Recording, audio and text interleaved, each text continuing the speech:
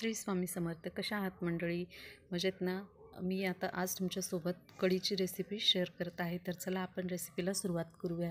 इथे मी एक बाऊल भरून, छोटं बाऊल भरून कढी घेतली आणि इथे मी चण्याच्या डाळीचं पीठ घेतलेलं आहे.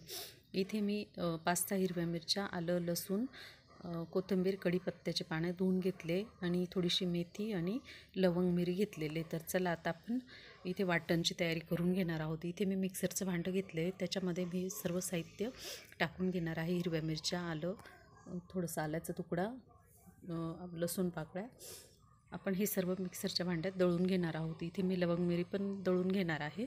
पाहू शकता तुम्ही, खूप छान येते ही कढी. एकदा करून पहा, खाऊन पहा. हे वाटण आता आपलं तयार आहे. तर आपण आता ह्या भांड्यातच मी दही फेटून घेणार आहे. दही आणि थोडंसं डाळीचं पीठ, चणा डाळीचं पीठ आपण याच्यात एकत्र असं वाटून घेणार आहोत. मिक्सरला 1-2 मिनटं फिरवून घेणार आहोत.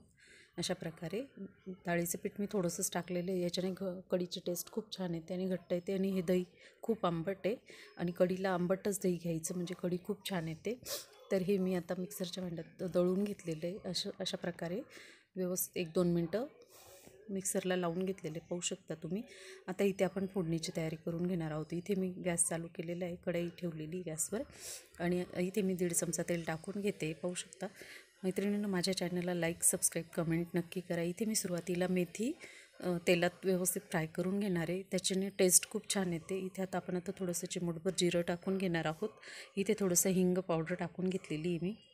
आणि हे आपण जे वाटण मिक्सरला फिरून घेतले ते आपण ह्याच्यात टाकून घेणार आहोत आणि याची व्यवस्थित फोडणी करून घेणार आहोत. मैत्रिणींनो, फोडणी जशी छान झाली तशी कढी पण खूप छान येते. आता इथे मी कढीपत्त्याचे पानं पण फोडणीमध्ये व्यवस्थित फ्राय करून घेते. फोडणी जितकी छान होते तितकी कोणतीही भाजी म्हणा किंवा हे म्हणा ते खूप छान येते. इथे आता मी थोडंसं मोहरी घेतले, ते पण आपण फोडणीमध्ये व्यवस्थित फ्राय करून घेणार आहोत. आता इथे आपण जे वाटून घेतलेलं आहे मिक्सरच्या भांड्यात दही आणि डाळीचं पीठ, ते आता आपण व्यवस्थित कढईच्या फोडणीमध्ये टाकून घेणार आहोत. तुम्हाला जर हळद आवडत असेल तर तुम्ही टाकू शकता, पण मला हळद नको होती म्हणून मग मी हळद नाही टाकली. आता इथे आपण थोडीशी साखर टाकून घेणार आहोत आणि ह्या दहीला आपण या कढीला आपण थोडंसं फिरवून घेणार आहोत. आणि इथे मी आता थोडंसं कोथिंबीर कट करून टाकून घेतलेली आहे. खूप छान येते ही कढी. आपल्याला मीठ सगळ्यात शेवटी टाकायचे, कारण मीठ जर सुरुवातीला टाकलं तर कढी फुटते आणि अशी एकदम चांगली नाही लागत चवीला पण आणि दिसत पण नाही. आता थोडंसं गॅस बंद केल्यानंतर मी इथे चवीनुसार मीठ टाकून घेते. पुन्हा गॅस चालू करून हे आपल्याला 1-2 मिनटं चांगलं